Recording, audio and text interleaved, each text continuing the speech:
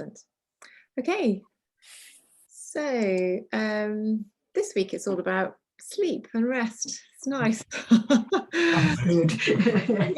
But don't go to sleep for an hour. Yeah, it's really interesting. Our microbes really need us to take rest and sleep, and we all find that, I think, quite hard to do no matter what stage of life we're at. So we're just going to sort of look a little bit this evening as to why it's so important, and the effect that it can have on our health. It's becoming more and more apparent really why it's so important for us. So quite interesting tonight. So we've got, rather than having a recorded session after this, we should have Svetlana, who's in the bottom left of your screen there, who is has a cheese deli in Scotland near Edinburgh, and she's a real hive of information actually about the nutrition of cheese and how cheese varies so much depending on where you buy it, and really just why it's such a healthy food. So because we're concentrating on dairy this week as our main food, we just thought it was really great to have Svetlana come along. So she was all set to come, just we're both slightly nervous because we haven't heard from her today, so I think she probably will disappear, fingers crossed. And then the reason we've got Ben and David in the middle of your screens there, they used to be dairy farmers. They're in Essex, but because of rising sea level, they've lost a third of their land over the last sort of 10-15 years, and so they've had to diversify away from dairy farming. And they're now growing this fantastic orange berry called sea buckthorn. And so there's a nice podcast that we've got recorded with them. And the reason that they're included is that tonight is that just that the way they farm with nature is quite inspirational, and they do lots of other things on the farm as well. They open their farm to everyone just to come and walk around and just enjoy immersing themselves in nature. He does you've heard of Park Run. Well, Ben does Farm Run on a Saturday morning, and lots of well-being things going on the farm as well. So quite interesting to hear about how that connects to our health. And then the recipe this week is a nice recipe for me actually, which involves a bit of dairy, and it's a good way of using up leftovers for lunch, and just a good practical recipe. So sorry, let me just move. Georgie, I'm just going to close my participants box because it's kind of in the way. So can you just keep an eye open for anyone else joining us? No problem. Thank you. So we're talking about rest and sleep. We're looking at the benefits of dairy, particularly cheese, and the cheese lady is Svetlana's cheese business, and hopefully she'll join us later on. So you must eat and you must sleep, and those are two elements of a healthy life. And we're beginning to understand a lot more about not only getting a good night's sleep, but taking rest as well during the day, which isn't easy. So quick recap, because we haven't been together for a couple of weeks. Real food, still whole food. We can still recognize it as the real food. Let's get away from that processed food, that food that tends to drive inflammation. And we've always talked about good gut health is very much about lifestyle choices as well as the type of food that we're eating. So tonight, sleep being one of those choices. And it is quite a chicken and egg situation, because what we know is people who have good quality sleep also have a good microbiome, and we know that our microbiome needs us to sleep well because of the changes that happen while we sleep. But we also know that a good microbiome helps good sleep. So it's difficult to know what comes first. And I'm going to talk about how we know this. And a lot of the knowledge around sleep and the microbiome has come about through studies looking at people who have rheumatoid arthritis, or perhaps inflammatory bowel disease, or these chronic diseases that people have to deal with, where it's a sort of whole body system that's affected by inflammation in the whole of the body, but they often have sleep problems, and they often have mental issues to battle with as well. And really those three things, the inflammation, the sleep and the mental aspect, are connected because of the microbiome. So that's why we're able to understand more about sleep and gut health. They're all connected. And interestingly, links have been made between following a Mediterranean diet, which is very much based around fruit and fiber and fish, and better sleep as well. And of course, we know that that Mediterranean diet really helps our microbes. The wonderful antioxidants, those colourful plant nutrients in all those colourful fruit and vegetables, and then all the fibre in the nuts and the seeds and the grains, as well as fish. We talk about that next week, that the omega-3 oils in fish are so good for us longer term as well. But the most important thing about our microbes and sleep is this gut-brain axis that I'm sure you've heard about. So I'm just going to talk about the gut-brain axis because it's sort of it's almost like a third organ within our body that we're only just beginning to understand, and it has three. So we're talking about the way that what goes on with our microbes in our gut is connected to our brain, and there's three routes via which they're affected. One is by the vagus nerve, one is by hormones, and one is by our immune system. So our vagus nerve is connected to, so it literally runs from our brain and it goes into the wall of our gut, and it has lots of little endings, little kind of filament endings that run all the way along our gut, and they affect the muscle in the layers of our gut. And it's why if you get very nervous and anxious, you kind of get butterflies. That's the effect of the vagus nerve.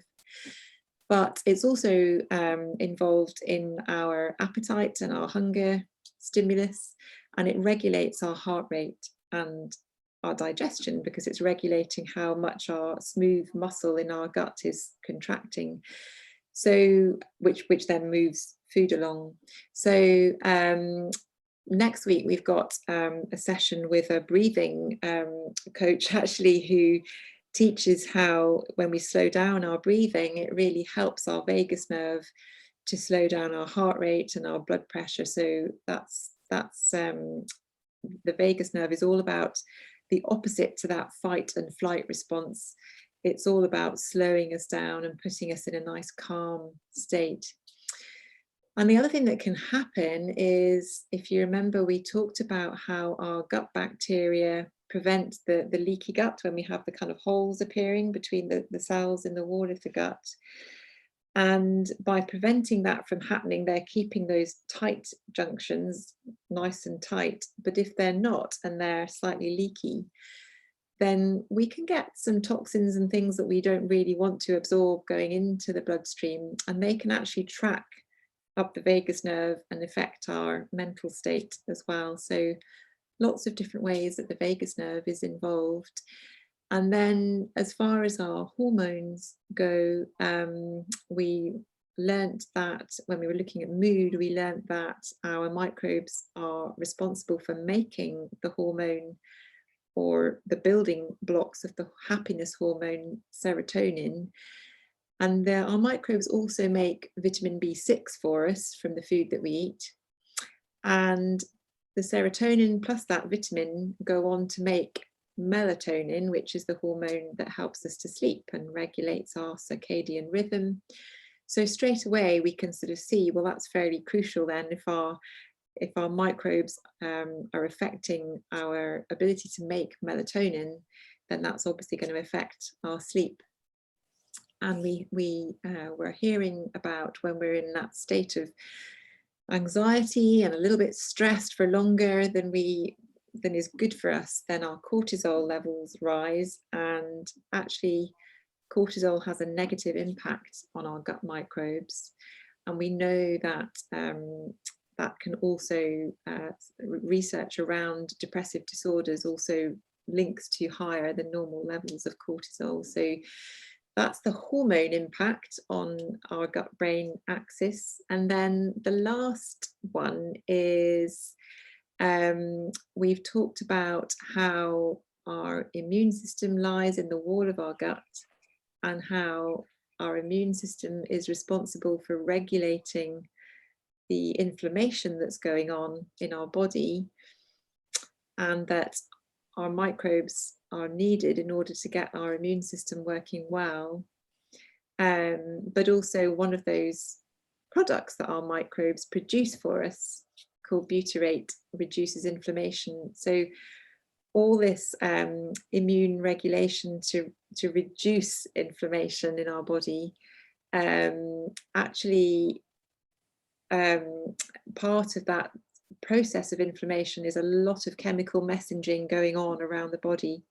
And if that's at a really high level, it really starts to, it can actually get through it beyond what we call our blood-brain barrier, which is a sort of barrier in place around our brain to protect it. And if we have inflammatory chemicals going that are too high in our body, it can literally start to sort of leak across that barrier as well. So there's many, and that, you know, can make us more prone to depressive disorders and mood and everything else. So the gut-brain axis is all we really need to know, that actually it's there. It's a very, very new area within the research around all of this.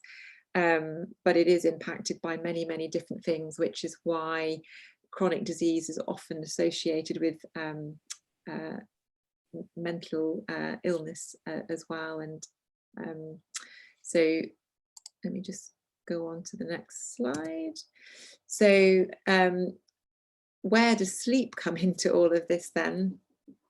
So that one way that we can really help that gut-brain axis to function as well as it can is looking after our microbes, getting enough sleep and rest. So we know that we have a very different community of microbes during the day than the ones we have at night, which I found that quite a revelation when I first heard that. And no, we still don't really understand where they go or what they do, but there is quite a difference.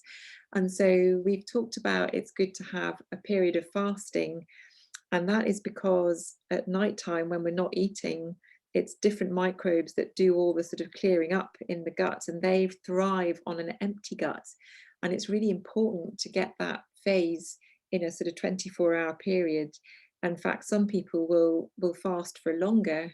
Dr. Sally Bell, who I've mentioned, actually, she fasts until about midday. Now, I personally couldn't do that. I'm a breakfast person. I very much need my breakfast, but not everybody does. And that may mean that for you, it's actually your microbes prefer to not have food until later on in the day. So there are alterations in our microbiome depending on our food intake, but also depending on our sort of circadian rhythm. And this is when it can be really hard for people if you're on, you know, a night shift worker. It really mucks around with our biology. And it's quite interesting because the next thing that will probably start to happen within the field of the microbiome is we'll start to understand specific bacteria and what their function are.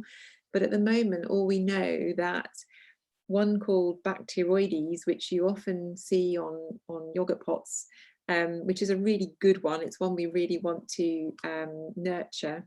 We want to get the balance between that one and this other one called Firmicutides. We want to get the balance right so that there's always more Bacteroides.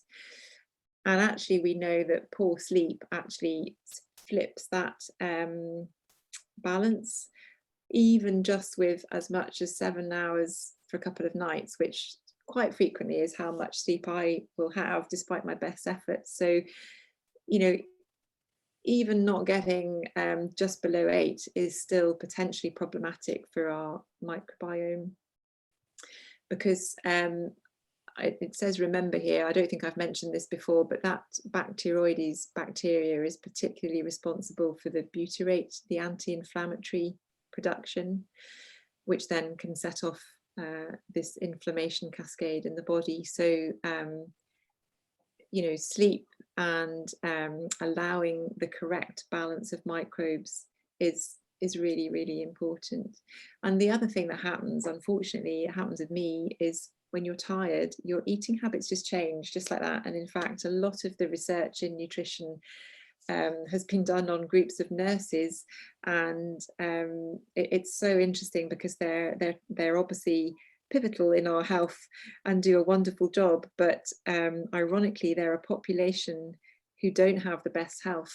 And the thinking is because they're often on night shift and their circadian rhythm is all altered, it's hard for them to eat a healthy diet, because as soon as you start to feel tired, or if you're awake during the night because you have to be, your whole eating habits change. You feel tired, which drives your appetite, and then you reach for the foods that are really convenient and really quick. You know, if you've had a hard day at work, you come in and you can't even be bothered cooking, you'll reach for a packet of crisps, and the whole thing starts to escalate. So unfortunately, our ultra processed convenient food is made in such a way that it wants us to eat. We want to eat more of it.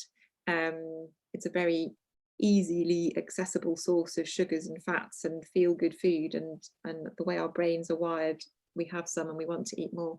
So, you know, these are all kind of reasons why if we lack in sleep, it just drives the negative outcome.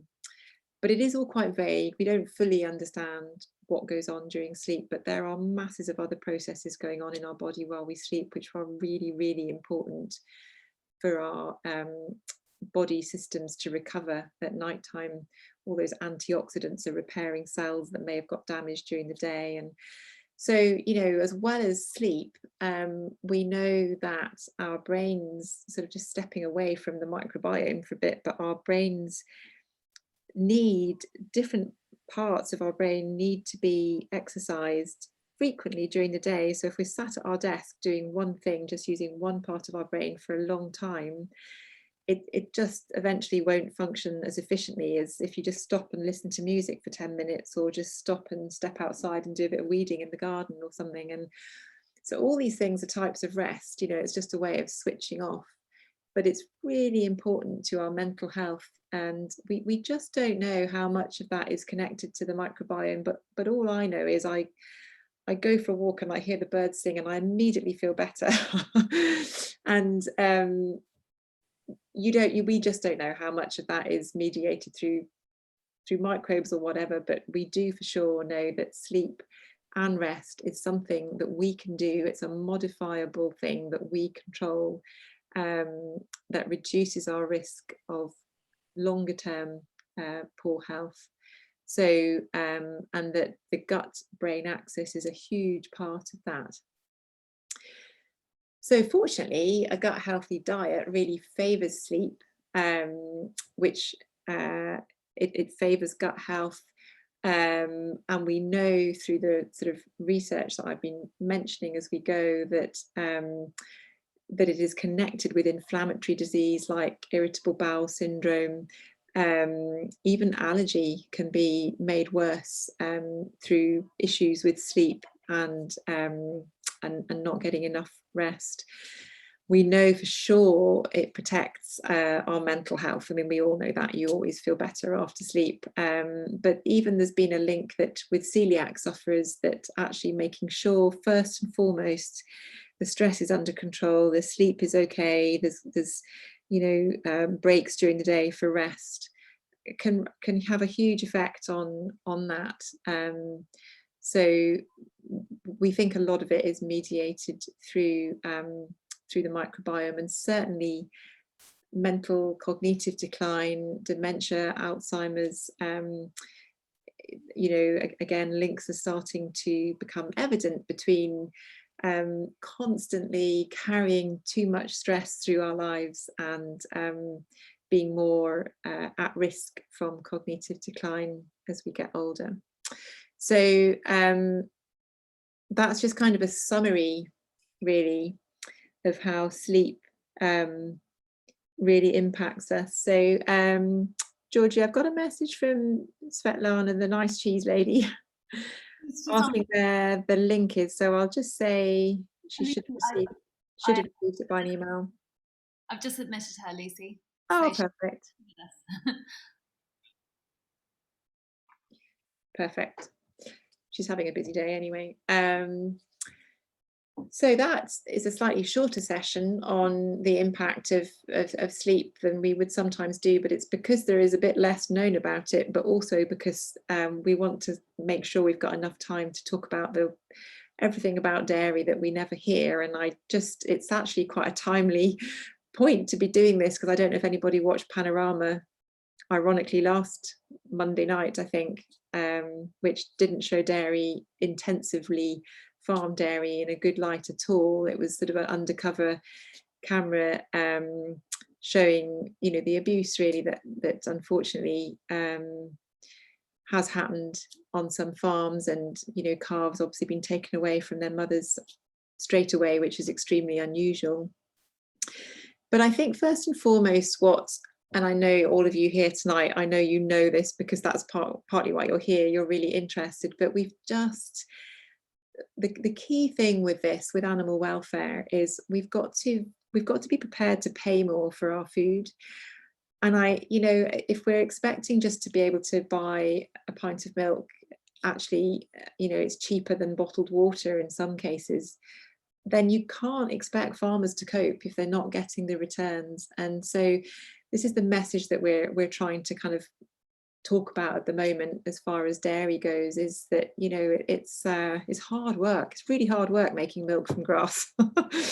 and so luckily many fabulous dairy farms now are diversifying, and they're starting to farm much more with nature, and they are it's quite interesting, they are trying to produce milk from cows who are almost entirely just fed on grass, or through the winter they preserve the grass as silage, whereas intensively reared dairy cows are fed very high grain diets to really pump out the milk, and that their genetics is so that they produce way above the milk that nature would normally allow them to. So there's a real movement now within the dairy industry to actually go back to these systems where it's much more in line with nature. But the problem is then they produce less milk, so they have less profit. They also have less overheads because they're not having to import grains and soy and everything else. So far better for the environment in many, many ways. But what we've got to do is to help people understand that if you want dairy to be farmed like this, then we have to pay more for the milk, which is difficult. So we are going to focus on cheese, but we'll also do look at other forms of dairy as well. But really the wonderful thing about cheese is that it's just preserved milk. And the photo that I've chosen here, which is obviously got lots of melted cheese on top of sort of tomatoey bolognese type base. And I think, before I knew as much as I do about dairy now, I would have looked at that dish and I would have thought, oh, that's a bit unhealthy, all that melted cheese on there. But actually what I know about that now is what I'm going to go on and just talk to you about, that we never hear about dairy, is why it's all a balance, but it is an incredibly nutritious food, and we don't need to worry about the fats nearly as much as we thought we did, just because we're lucky now we have more scientific evidence to tell us why. So first of all, it's not the cow, it's the how. And I think it's really helpful just to think, well, where does the cow fit into our ecosystem? And we've talked about that, right from the word go on this course, that we need the cow to graze the land, to fertilize the land. The microbiome, the gut health of the cow is putting those microbes back in the soil and repopulating the soil with the microbes, which is absolutely crucial. And as it grazes, it's trampling down the dead matter. You can even see in that picture there's a lot of dead matter in among the grass, and the process of grazing is trampling down that dead matter into the soil for the microbes to take down and improve the richness of the soil, and so that's capturing carbon. And also, actually, I don't know if any of you have done this thing in the autumn where you go around and you aerate your lawn by laboriously going around with a fork to get the air back into the soil. And actually, cloven hooved animals do that for us. The very pointy cloven hoof is actually aerating the land as they go. So it's very difficult to imagine nature without grazing animals, because they have a real pivotal role, but we never really hear much about that. So that, combined with, we've talked about having to expect to pay a bit more for our food, or to spend more of our salary on food. And even just the fact that, dairy is a most miraculous food, because we're taking, we're able to use rain, which is a completely natural resource, unfortunately, in our country. And we have plentiful grass, and the combination of the grain that grows the grass, the rain that grows the grass, and the cows are able to take grass that we can't eat, and they convert it into a very nutritious food for us, is actually a very sustainable process using many natural resources. So, we hear about the problems of methane, and we hear that the carbon footprint within the dairy industry isn't great, but we never hear that side of the story, which is actually really important to hear as well. So one of the ways that we talk about dairy is, Svetlana's here. Hi, Svetlana, that's nice to see you. One of the ways that we talk about dairy is as a very nutrient-rich food. It has this, what we call this matrix of nutrients in it, and they all benefit each other. And it helps us to absorb them and get the maximum benefit from those individual nutrients. So, for example, dairy is the best food source of calcium. You can't absorb calcium from anything else as well as you can from dairy, and that's because two proteins in milk, one of them is called casein, actually enhances our ability to be able to absorb its calcium. So that in itself is really, really important. And also there's some good evidence now to show that in the fermented dairy products like kefir and yogurt, that sort of matrix of the nutrients in the dairy is protecting its natural microbes, helping them to get past that very harsh acidic environment in the stomach and reach our large intestine where we need them. So a real protective effect of the whole food. And interesting at the moment that iodine is very low in the UK. The government are currently looking to see, I think we mentioned this, whether we should go back to iodized salt or not. But actually 1 glass of whole milk gives you half your daily needs of iodine, and iodine for children is important for growth. It's crucial during pregnancy. It's crucial during teenage years to build up iodine, to have enough when you're pregnant to pass on to your developing baby for brain development. I mean, it's the World Health Organization say that iodine at the moment is the most serious issue as far as brain health, and yet it's a completely reversible problem. We can sort it out by making sure we're getting it from milk and fish, but if you don't, then you need to certainly take a supplement. But the most exciting thing, which is very recent, is the fats in dairy, which this is the whole problem really, why dairy has been sort of villainized and become so unpopular since the 1980s, is that we thought saturated fats in dairy weren't good for heart health in particular. And in fact, that's been completely turned on its head recently, and the public health guidelines are still in place from about 2016, and they're not yet updated. They take a while to update. So this is a classic case of what we know in science is ahead of what we're guided to eat, if you like, at the moment. So there's this particular fat, saturated fat in dairy called C15.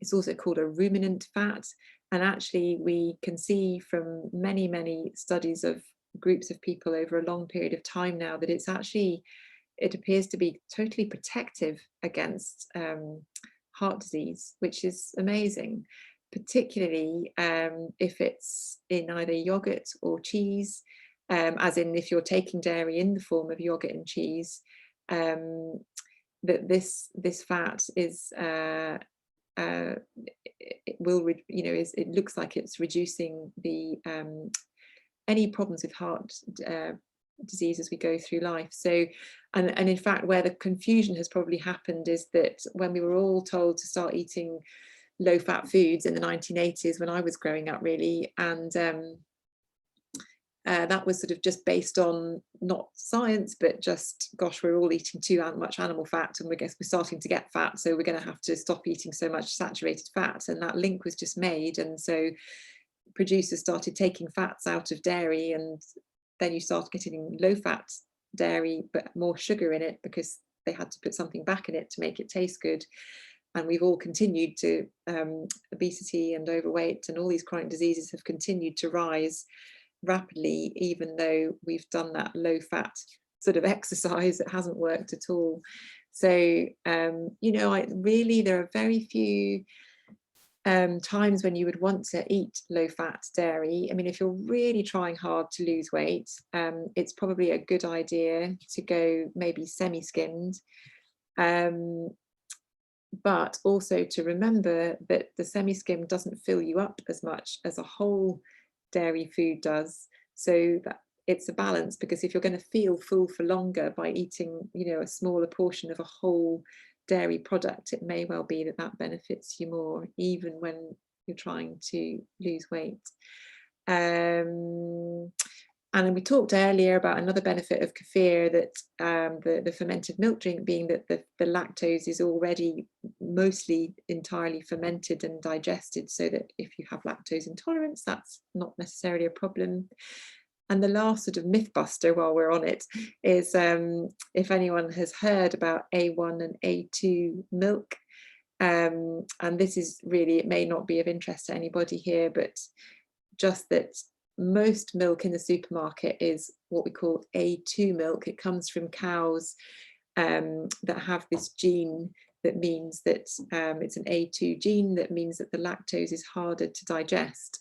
Whereas if you buy milk from either Jersey cows or other extremely traditional breeds, but also sheep and goats, their milk is A2. Did I just say, which did I say? So A2 is beneficial. A2 is much more easy to digest. A1 milk, which is in the more intensively reared breeds, is harder to digest.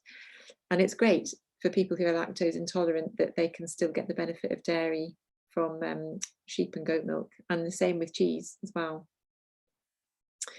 So just very quickly then, to show that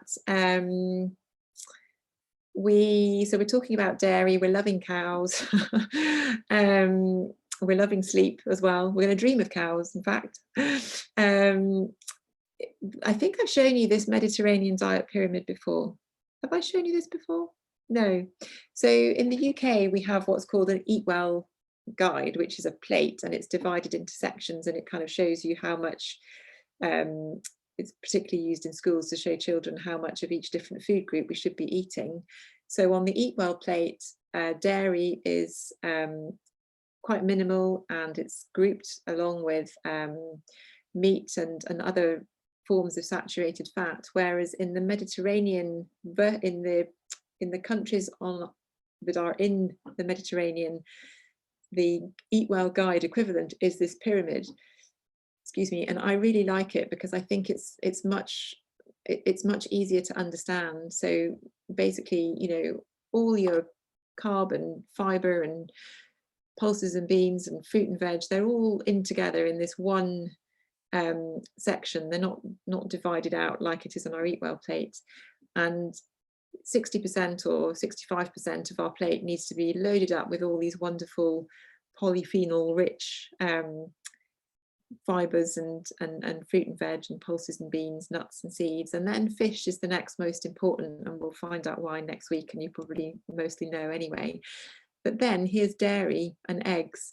So what the Mediterranean pyramid is showing us, that actually it's really recognizing that nutrient rich matrix in dairy, and possibly also starting to recognise the beneficial fats in dairy, whereas meats and sweets are right up at the top here to eat, pretty minimally. So yeah, this is just nice the way it's got dairy placed. So that's pretty much as I want to say about dairy. In a minute, we're gonna just get together and have some questions, and please do ask Svetlana while we have her with us. It's so really exciting that she's here, and just a fantastic knowledge that she has on cheese and how it's produced, and how it's a natural probiotic. It's full of goodness. It shouldn't just be a special food that we eat at Christmas or look at it as a treat. It should be very much part of our diet. And then the recipe that we're sending you this week is just a quick quinoa lunch bowl that I like to have in my fridge, and I enjoy having it with ricotta, but actually ricotta is quite a young cheese and isn't so full of that probiotic part that we're interested in. So I might actually, my question for Svetlana is going to be, what would she top this lunch bowl with? So that's our definitions that are growing as we go, and we've just talked about the gut-brain axis tonight and how they communicate and how sleep is important in that.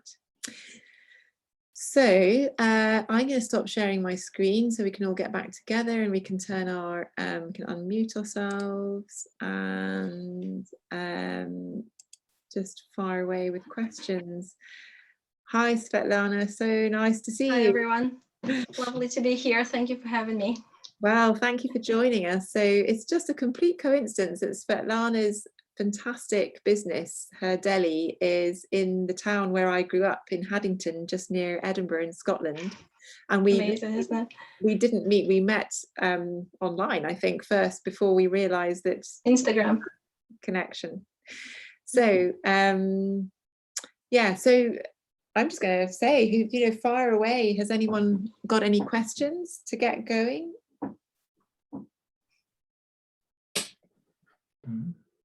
Well, would it help if I introduce myself and kind of say a few words about me and my business, and maybe it'll kind of spur you thinking about questions while I'm chatting to you guys. Lovely to see you, Katie, by the way. I remember you from St Andrews. Yeah, that's true. The two of you were at St Andrews University together. That's really funny. So the shop that I have at the moment is actually my second shop. Previously, I had a shop in St Andrews, which was very much the same thing. But now I moved to Haddington in East Lothian, and our speciality is farmhouse and artisan cheese. That's the only kind of varieties of cheese we sell. Farmhouse and artisan cheeses, they're made in the traditional way from fantastic milk by the masters of the craft. So people who understand the complexity of milk, that it changes every day, every season. So people who really know a lot of specialist knowledge, so they don't take milk as just something that they should wipe out of all complexity and just paint whatever they want with it. They work with that complexity and make the most delicious, amazing, tasty and good for you cheeses. So that's our specialty, farmhouse and artisan cheese. We sell other artisan products kind of that go with cheese and wines and things like that. So we have a shop in Haddington and an online shop as well, where we can send cheeses across the country.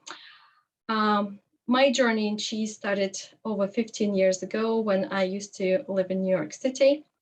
I came across a fantastic business called Murray's Cheese Shop. And when I was there, we retailed over 300 varieties of cheese from all over the world, including American cheeses. Before you ask, Americans actually do make fantastic farmhouse cheese as well.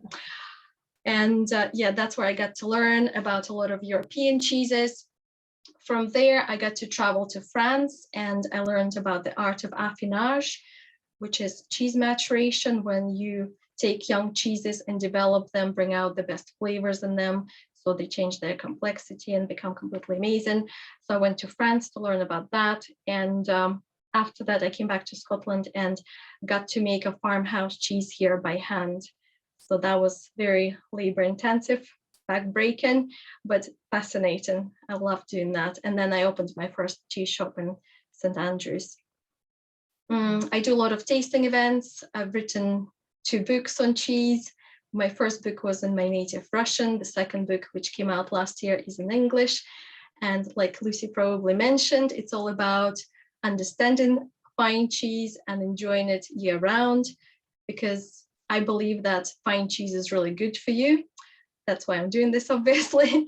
I think it's great for your body. It has lots of good nutrients, micronutrients, amino acids, fats that are essential for our bodies. And it's also great for our soul. It makes us happy. And actually, there is research to support that tyrosine found in cheese is actually an amino acid that makes us happy, gives us a positive boost. So there's lots of good things going on. And of course, we all love gathering around a cheese board and just chatting. So that's great for us as well that way. So lots and lots of things I can talk about. I can go on for hours, but if you've thought of any questions, please let me know. I'll go first if that's okay. Hi, my family are Italian. We come from Parma, so Parmigiano is the cheese that we eat a lot of in Italy through the very young. I didn't realise that you could eat it really young, right through to ultra mature, but came kind of stopped using it because it came with a bit of a scare story, as with everything, that cheese isn't good for you. But as far as I'm concerned, my family have been brought. I am actually a living cheese. I am made of cheese, and that's it. Full stop. It's my favourite. So I've been experimenting with other cheeses as well, because so many. So I'd like to talk to you about halloumi, and if you know anything about halloumi and its value, because it's one of my go-tos at the moment for a Mediterranean Greek style salad. Right, an unusual turn from Parmigiano. Okay, yeah, yes. I used to put Parmigiano on everything. So, but it was that kind of, you mustn't eat, it's too salty, it's not good for you. Yes, there is the downside of the saltiness with halloumi, but like with everything, I say there is a disclaimer that goes with my spiel, cheese is good for you, in moderation. Oh, yeah. But then, like everything else in moderation, we shouldn't drink too much wine, we shouldn't eat too much red meat, nothing should be done in kind of overabundance. So that's why when it comes to cheese, I always would encourage moderation as well. But that doesn't mean having cheese only once a year at Christmas. Yeah. For me, having cheese is maybe a cheese board every Saturday is moderation. But of course, again, it won't be overloaded. I won't be enjoying a kilo of each cheese. I'll be just having bits and with a glass of wine, enjoying and savoring. So in terms of halloumi, it's a young cheese. There's still a lot of moisture content, and it's a lovely squeaky cheese, quite salty, like you say, so sparingly. I actually had some for lunch today, so that's why I'm probably a little bit thirsty. But yeah, like with every cheese, just use it in moderation. But of course, it's great for you because it's got the proteins. And because it's quite a young cheese, I would say it's less in fat content compared to the firmer cheeses. And that's one of the common misconceptions. People sometimes think that soft cheeses are fattier than firm cheeses, whereas in fact, in soft cheeses, the softness comes from moisture, not from fat. So if you think of cheeses like Camembert and Brie, the reason why they're soft is because of the water retained in the curd, not because of the fat. But firmer cheeses like Comté and Cheddars, firmer cheeses basically, they will have slightly more fat content because there's less moisture. Okay. So that's a good tip for you to remember. And another thing, when you look at the packaging of cheeses, for instance, again, if we take the Camembert, it will say something like 52% fat. But that is not to mean that 52% of that round of cheese is fat. The fat content is measured in dry matter. So what they do is they put this piece of cheese, let's imagine, in the bright sun, and first of all, they dehydrate it. So that would shrink, and that's how they measure the fat in that shrunk piece of cheese. So that should alleviate a lot of the worries. I hope I answered your question. Excellent. Svetlana, can I ask a question? Hi, Jonathan. Jonathan. So I've had some heart issues, and so I needed to lose weight, which I've pretty well done. But you know, the advice was not to eat too much dairy as well. And what we tend to do at the moment is that I tend to use a reduced fat cheddar cheese, sort of cathedral, I think it is, something like that. I mean, would you be recommending a different type of cheese as being more healthy? I mean, what would be your suggestion on that? May I ask you a question before I answer your question? Just trying to understand, what is the way that you prefer to eat cheese? Is it on a sandwich, or do you prefer it with a glass of wine? Like, what's the reason you eat in cheese? Well, obviously in food generally, I mean, we often put a cheese sauce on something, but also lunchtime we often have cheese and biscuits, cheese sandwich, something like that, don't we?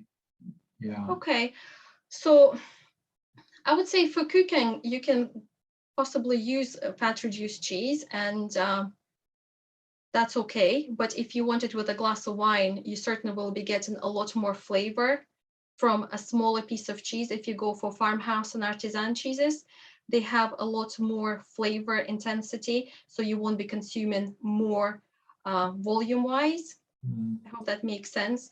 So if you wanted, but if you wanted to completely get rid of the industrial cheeses, so this is how I see cheeses.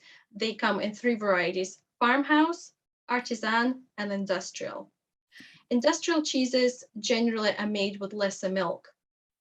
It's less flavorsome because milk has to travel across vast different distances, and that's why they will end up getting pasteurized or sterilized, and flavor gets killed. They become quite bland, and because the industrial process of cheese making tries to control the milk, so they end up with much more bland cheeses flavor-wise, and as a result, they also have to add either a lot of salt to bring up some sort of flavor in that cheese, or cranberries or apricots, things like that. So there's kind of additives going into the cheese to mask the fact that it doesn't have the flavor. Whereas with farmhouse and artisan cheeses, there's natural flavor going on because milk is so complex. So if you were to go for farmhouse and artisan cheeses, from a smaller piece of cheese, you'll get a lot more pleasure, a lot more flavor. And that's why, in theory, you would eat maybe less of it. So that's kind of one perspective on that. Another thing, lighter cheeses, I would say you could choose between cows, sheep, and goat cheeses. And between those 3 major types, goat cheeses are the lightest in fat, and goat's milk has smaller globules of fat, so it's easier to digest. Lucy, I hope you agree with me. Yeah. Excellent. So goat's milk cheeses are the lightest. They have the smallest amount of fat percentage-wise, and they're easier to digest. And also bearing in mind that I mentioned soft cheeses are less fatty than firm ones. So if you go for soft goat's milk cheeses, they will be the lightest. All right. So you could enjoy them more. Okay. Yeah. That's good, because Julie eats Yes. goat's cheese. I eat artisan Excellent. cheese. I don't have a gallbladder. Haven't had one for 20 odd years. So I was told that I had to reduce the amount of dairy that I ate. So which is I found quite difficult, because I particularly enjoyed dairy and I particularly enjoyed cheese. And so over the years, I've found that if I eat goat's cheese, it agrees with me, obviously, like you say, in moderation, but I find that does suit me much better. So that is what I tend to eat. Yeah, excellent. Goat's milk cheese is amazing, and just goat's milk is quite amazing. My daughter, when she was younger, you probably saw her earlier, when she was born, she had a milk allergy. Out of all people, we had to get an allergy, and we ended up on goat's milk formula, and it worked magic for us. Okay. So for her, it was just amazing. I've never tried the goat's milk, so perhaps that may be something. I've been tempted to go to oat milk or something instead. Well, if oat milk is working for you, maybe you could even stick to that. But if you want to give a try to something else, goat's milk is definitely easier to digest and later. I hope that helps. That does. Thank you very much. And especially with Lovely. the soft cheese, I think that really helps. I've always The thought tip of the day. that's perhaps harder to digest. So I've tended to stick probably a lot more to the harder goat's cheese than to the soft. So The only thing with softer cheeses in general, if anybody has any lactose issue, so if anybody has a lactose intolerance, softer cheeses have more lactose retained in them than harder ones. So cheese generally is, people kind of think automatically will have a lot of lactose, but actually during the cheese making process, a lot of lactose gets washed out with the whey. In soft cheeses that end up soft cheeses like camemberts and soft goat's milk cheeses and stuff like that, there is tiny bit of lactose left, but whatever is left in cheese gets broken down with age. So, and the harder the cheese, the more whey it's lost during the cheese making process. So literally, if you think of cheddars, gruyères, comtés, extra mature goudas especially, they're virtually lactose free. That's really interesting. So yeah. Thank you. I've got a couple of questions. So is your daughter still lactose intolerant, or did the goat's milk process help her to sort of get unlact? Yeah, fantastic. So she was actually allergic. So there are two different things you can be. There's a lactose intolerance, and she was allergic to the protein in the milk. Yeah. So, and she's grown out of it. Brilliant. We followed the ladder advised by the doctors. Our GP was actually not on board with the goat's milk formula. She nearly jumped out of her chair when we suggested that. She was like, no, there's no research. Don't do it to your daughter. And we decided to try it because it was kind of last resort at that point. And it worked magic. And later on, maybe she was a year or maybe 18 months old, we went back to the specialists and they told us to start the ladder. And we started introducing small amounts of milk, like in a baked biscuit, and then in cooked, like scrambled egg or something like that. So it was very, very slow process, and it worked. Amazing, absolutely amazing. I was telling someone who was lactose intolerant today that maybe they should start having kefir just to try that process because there's no lactose. Anyway, my other question definitely. Cheese is addictive. Okay. Yes. So is that more so in the industrial stuff, or is it also in, do they put stuff into the industrial cheese to make it more addictive? If you get. Oh, I actually don't know. So I don't know if I can comment what they put in the industrial stuff. But they can design it kind of more Moorish, like with everything else, like the McDonald's burgers, whatever they put in there, that's addictive, and I wouldn't touch that with a barge pole. Industrial cheese could be like, nobody knows what they put in there, but they definitely put more salt in there, and that saltiness, that immediate pleasure, a primary flavor that everybody craves and loves, like in pizza and fish and chips and things like that. That's kind of Moorish in itself. So that possibly could be the answer. Some cheeses are kind of designed to be more enjoyable. So there's a modern wave of cheddars you may have heard of, like for instance, block cheddars.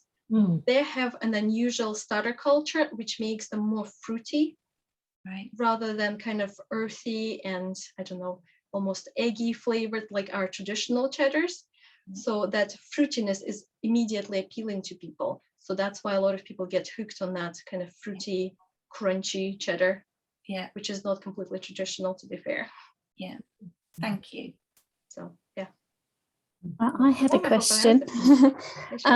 Hi, I just wanted to ask, what would you recommend as a good all-round, everyday sort of versatile cheese? Obviously, cheddar in this country is very popular, but is there something better that you would recommend that's a nice all-round, just versatile cheese? Well, I think it's a matter of personal taste a little bit, but if you twisted my arm, what would I say? I would say Gruyere is fantastic.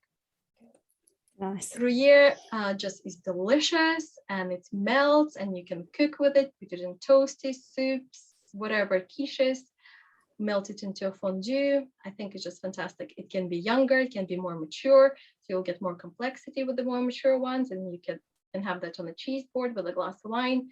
So I think Gruyere is like Chanel of cheeses.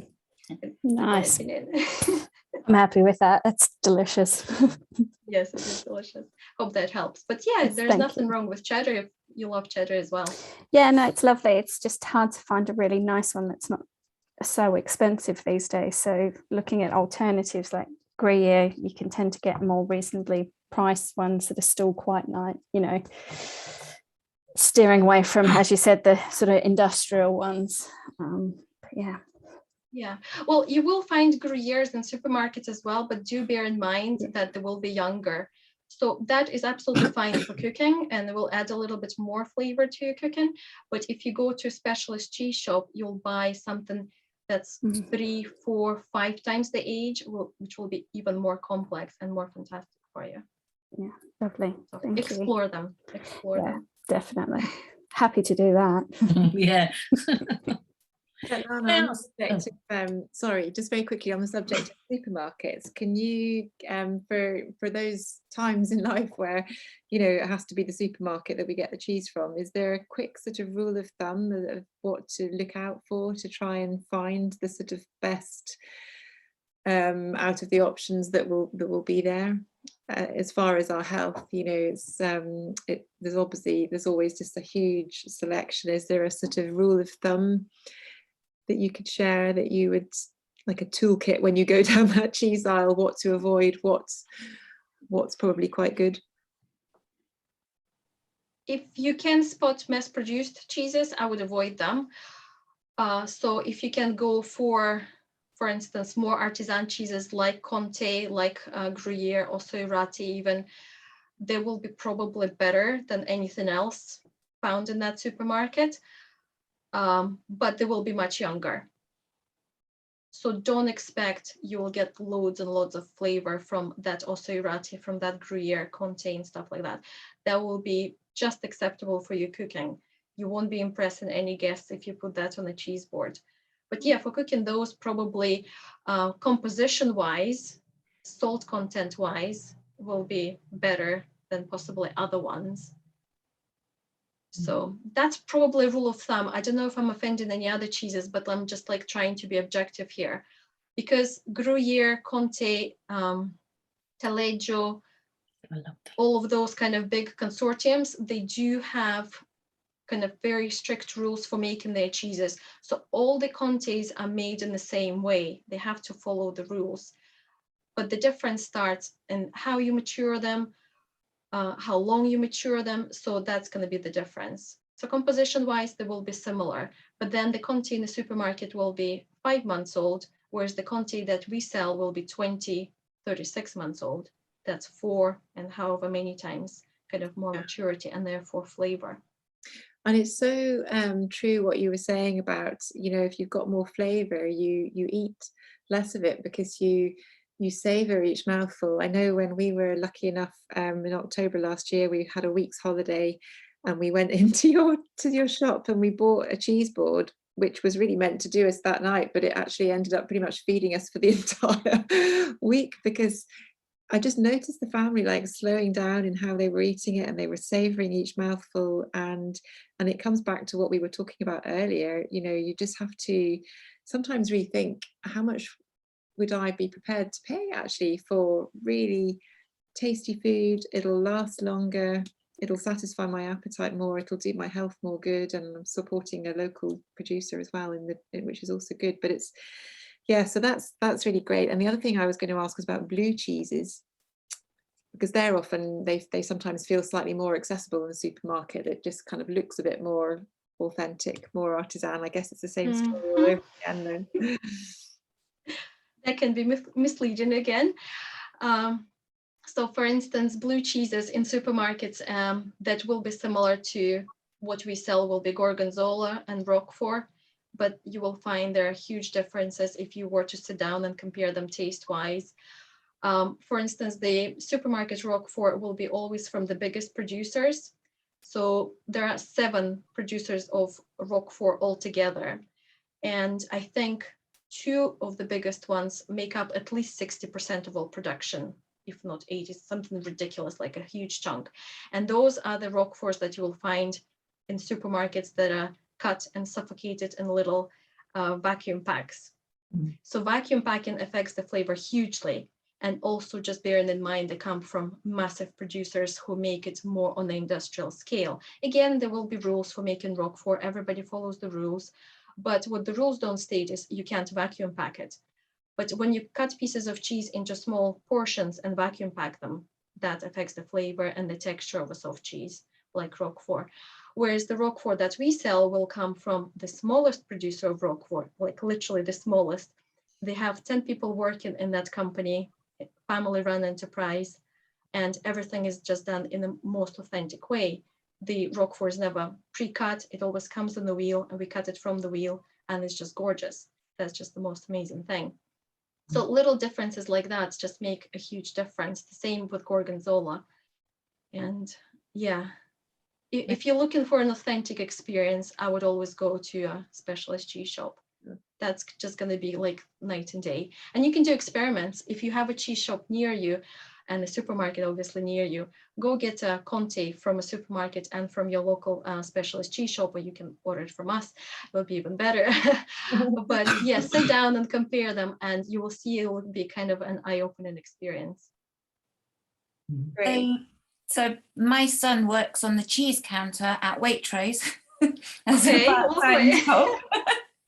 So is that cheese different because it's not vacuum packed, or is it all vacuum packed and, you know, transport? I'll ask him. But is that stuff better because it is often more expensive? So. Well, I would really have to know what producers they stock. I don't know. We don't have a Waitrose near us that cuts cheeses to order. I would really need to see what producers they have and what. I'll do a taste test. I'll do a taste test and let you know. Yes, definitely comparative tasting all the way. Yeah. Have lots of fun with it as well. And a glass of wine. Yeah. But yeah, I think it's fantastic to do experiments like that, and then you'll just kind of get to see with your own palate, with your own eyes, the differences that are there. So just to remind everybody that Svetlana kindly gave us a 10% discount voucher, which was on your initial voucher code email when we started the course. So if you have a look back at that, there is a nice voucher on there if you're tempted to taste the difference. It's really, really interesting. I always enjoy speaking to you, always get more, you know, other things I didn't know every time we chat. It's really interesting. What's the difference, just one last question from me, between farmhouse and artisan? If that's not okay. So yeah, the farmhouse and artisan are actually a little bit different terms to each other. A lot of people use them interchangeably, but the difference is of where the milk comes from. So in the farmhouse situation, the cheesemaker has his own animals literally on the farm, so they don't have to source milk from elsewhere. So that's how you make a farmhouse cheese. Artisan cheese is made when a cheesemaker has all the right techniques. They know how to make fantastic cheese, but they don't have their own animals. So they source milk from nearby farms. brilliant? So some cheesemakers can be both. For instance, White Lake in Somerset, they have their own goats, but they don't have their own sheep. So they make farmhouse goat's milk cheese, but artisan sheep's milk cheese. So, but very small differences, but I'm quite picky about these things. So when people say we make farmhouse and artisan cheeses in one sentence, I'm like, that's a little bit weird. Which one is it? Unless it's like in the White Lake situation. Excellent. Which is a bit rare. Yeah. Oh. But together I call farmhouse and artisan cheeses fine cheeses. So that's kind of a shortcut to say that either or. Sure. Yeah. I didn't know you, but my husband, when he was 50, we had a cheesecake. So we had layers and layers and layers of cheese for his cake, because we don't eat so much sugar. So had I known, I would have been on I did the cheese shed or something for that. So I'm sure there'll be plenty of excuses. But it was so they were artisan cheeses and it was so tasty. So I shall definitely be ordering from you. I had every Saturday night. I did the same. I had a wedding cake in my 50th was a massive cheesecake. It was gorgeous. down Yeah, in Devon. fantastic. I think they're really popular right now, especially Yeah. obviously for weddings, but yeah, for birthday parties and stuff like that. Well, check out, we have them on our website as well. And when you go to the website, you can actually filter all the cheeses by different filters. You can choose them kind of by softness, whether it's soft, firm, hard, blue, by different textures, milks, and what wine they go with. So to find something quicker, use a filter. Like if you know you're going to be having red wine, click on what goes with red wine and we'll find you all the cheeses that I recommend there. I'm shopping now.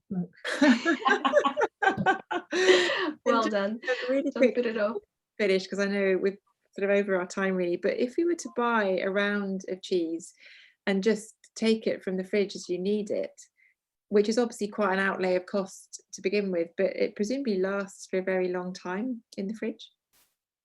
It depends on the type of cheese. So with keeping cheeses, you have to keep in mind the moisture content.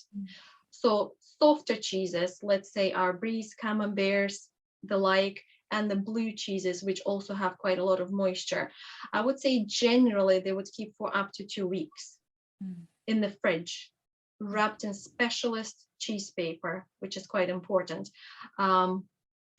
Wax paper is not specialist cheese paper, it's too porous. I know some cheese shops use it, but if you watch what happens to your cheese, it will dry out too quickly. It will also dry out in cling film. Yeah. So I would recommend either duplex paper, which is specialist cheese paper. It has 2 layers. It has a slight kind of plasticky layer and the paper layer, very important for keeping your cheese right. Or you can use foil as a substitution to that. Foil is good. So for soft cheeses, I would say about 2 weeks in the fridge, in the vegetable compartment, if you have one spare. A little caveat to that, you can have cheeses that come individually packaged. For instance, camembert, it always comes in 250 grams. If you don't cut that open, if you keep it in the fridge, on the bottom or somewhere on the packaging, it will have a date. And for instance, you bought it very young and it will have a month on it. So that means you can keep it for a whole month in your fridge and it will mature slightly and it will get better closer to the date of expiry. But that date is actually its peak date, when it's the most creamiest, the most enjoyable it can be. So I would be enjoying the cheese either kind of 2 days before or 2 even days after the peak date. So that's the ones that are not cut. And when it comes to firmer cheeses, so if we're thinking of our Gruyères, Comtés, Cheddars, Manchegos, and cheeses like that, they can keep in the fridge very easily for up to a month because they virtually have no moisture, and moisture is what goes off. That's what spoils in the cheese. They can last for up to a month quite easily.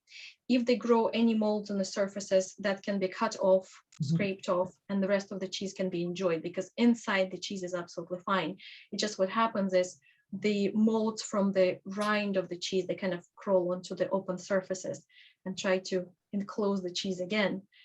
But yeah, it's not dangerous. It can be cut off and the rest of the cheese can be enjoyed. Does that help? Great, yeah, and that's really, really interesting. Lovely, loving all the questions. Yeah, I've got to make the most of you while you're here. I think. Is there anything else I wanted to say? Yeah, I think that my kind of main message would be go for fine cheeses. You will eat less of them, but you'll enjoy more. And even if you have a cheese board every week, which we do in our family, we sit down on Saturday after hard work is finished and we enjoy it with a glass of wine. I end up having about 50, maybe 60 grams of cheese, which is not a lot. If you cut a piece of cheese 60 grams and you'll put it on a scale, you'll see how little it is. But because we cut them in smaller bites, so I'll be having little bites of cheese, but savoring every one of them, blending with my wine and stuff like that. That's how I get to enjoy it so often. Yeah. So I hope you can join me in that. I wish I had a cheese board waiting right now. I'm just drooling. But so it's really, really interesting. Thank you so much for.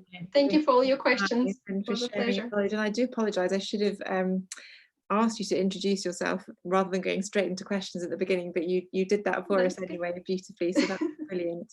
Really interesting to hear your story. And yeah, please do just have a look on Svetlana's Yes. website, and there's great, all sorts of, well, great information as well as great cheeses on there. So I think we're probably all, are we all good to go? Excellent. So we will see you next Monday, and Georgie and I will send you stuff during the week and the recipe to follow and the notes from tonight to follow, and have a great week. And any questions, you know, do email me or follow. What's the best way to follow you, Svetlana, for anyone who's on social media? Oh, the Cheese Lady UK. Don't confuse us with the American one, but you should see my face if you find us on Instagram and Facebook. That's where we mostly are. I'm also trying to start our YouTube channel, so there will be more videos of us with the useful cheese tips coming up. But yeah, if you're on Instagram, I think it's the best because cheese is so visual. So, and the website Georgia just put in the chat. Thank you very much. thecheeselady.co.uk. Perfect. Come and visit us. Or if you're ever in Haddington, please pop in and please tell me you've been here, because I probably won't remember with the mask and everything. But yeah, it would be great to see you all. Excellent. Well, good luck with it all, and we'll see you soon. But thank you so much for joining us, and we'll see everyone in a week. Thank you. Pleasure. Thank you. Good night. Thank Good you. night. Bye. Thank you. everyone. Thank Bye. you very much. Bye.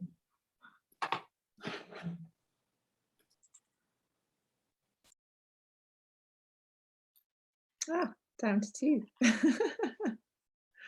She was brilliant. Really lovely. Yeah, wasn't she lovely? Sorry, I've just got Henry using the microwave. I hope you No, it's fine. We need to finish and go and finish work for the day. We've done quite enough for one day.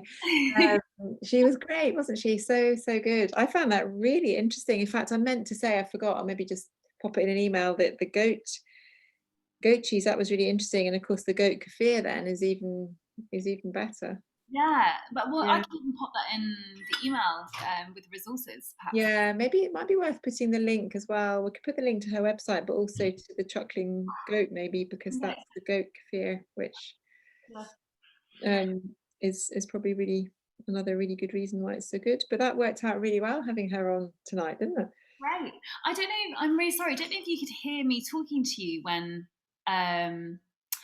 when obviously Svetlana had messaged you, but she'd already. Yes, I did. I did hear you. Thank you. No, great. Yeah, no, that's fine. I don't know. I wonder why she hadn't see it. Great. Um, Yeah, no, that worked perfectly, didn't it? Because I kept thinking, obviously I was doing some work and I kept looking and thinking, oh, should I send her another email? But I thought it's probably a bit excessive, and if she's not seen my first 2, then she's not going to see another one. And I knew. Yeah, so she got there. No, that was brilliant. Fantastic. Okay, well, that was I think because we're so up on dairy at the moment, that probably just fits out like a bit easier tonight. So did you manage to do anything in the background, Georgie? Or it's quite hard, it's a bit of a distraction, but well, no, but in a good way. And actually it was so funny, one of the ones when I was doing about the ruminant fats, it's just perfectly timed. You were talking about it as I was. Oh, how weird. So, we've been working together too much today. Yeah. So no, I've done really well. I've basically done a bit of a brain dump into each section, and I'm just going to go back in and just, you know, neatly, heavily condense it, and then just tweak it. So well, don't worry about it too much, because I'll have another look tomorrow and try and. Great. Well, I was going to say that I don't know if it helps or not, but I can do tomorrow morning. So I've managed to move the briefings. They're now at 2 and 3:30. Okay. So if it works for you, I can work in the morning, if it helps. Or no, always. Well, it does help. I'm not working in the morning. I'm working in the afternoon. That's fine. It doesn't really matter. I mean, why don't we finish now, and I'll just have a think where we've got to with everything, and then I can put it on our WhatsApp for us. Sounds good. Later on, but I mean, definitely there would. There's always stuff to do at the moment, so that could be really super helpful in the morning. Yeah, whatever works best. Have a think. Yeah. But Georgie, you really must, I mean, I'm trying to keep a note, but there's so much going on at the moment, it's difficult, but you really, really must keep a note of the extra hours, because I want to make sure that that's all above board. You know, I don't expect you to be doing all this for really, really, really. So, yeah, great. Super duper. Well, yeah, a fabulous day. I can't believe how much you fitted in and talked, and you must go and enjoy some time with the boys. I know, I must go and see them now. I'm just wondering if I wondered if Jen might have followed up with anything on email, but Jen hasn't. no. But I see they've sent through some more slides that they've done. So yeah, Heidi, I haven't had a chance to look at them yet. But she said they're carrying on with the amends to slide 19 to 31 in the morning. yeah, It's slightly bad considering. I know. I think Jen's maybe thinking that ends up as a really nice selection of slides anyway for the more detail. But Yeah. then the thing is, they will have to make new slides. It won't be a case of just chopping out some slides. They'll have to rejig them. Yeah. So presuming that she's spoken to her to give them notice to do that. I don't know. Anyway, I think that's their problem, I guess. Yeah, I think that's probably what she must be thinking. So yeah, right.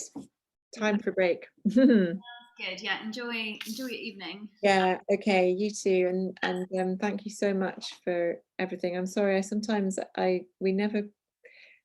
Time never allows us to quite go one step further and think, actually, you know, let's get you doing some of this as well. And I feel a bit bad that I still haven't got to that stage. No, don't worry. Honestly, it's absolutely fine.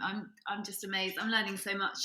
So Yeah, well, I am tonight as well. Today, yeah, lots going on. So frantically writing it all down. let me know. Yes, well, let's WhatsApp each other. I've got some notes just from our catch up with Jen that might be good just to have written down ahead of Wednesday when we catch up. Yeah, definitely. Bits that are interesting. Yeah. And yeah, Okay. I guess if I don't do tomorrow, I'm just conscious. Sorry, I'm now extending our call, but very quickly. I wouldn't have uploaded the resources for the gut project, but actually we always say by Wednesday anyway, don't we? And I'm working. Yeah, so I think that just gives you time to do it on Wednesday instead. It's fine, but I think tomorrow morning would be great. I'm just not quite sure yet what would be the thing, because I know that there's several things that we need to organise, and so yeah, I mean, tomorrow morning would be brilliant, and in fact maybe to work on the gut project stuff, and then that keeps Wednesday clear maybe. Yeah, and I can finish off the comms list, and it doesn't even have to be a full half day, you know, it can just be a couple of or an hour or whatever's. Yeah, well, you could just let me know how much you think you need. Yeah, I'll come back to it when my brain is happier. Yeah. Okay, have a nice evening, what's left of it. Thank you so much, Georgie. See you soon. Bye.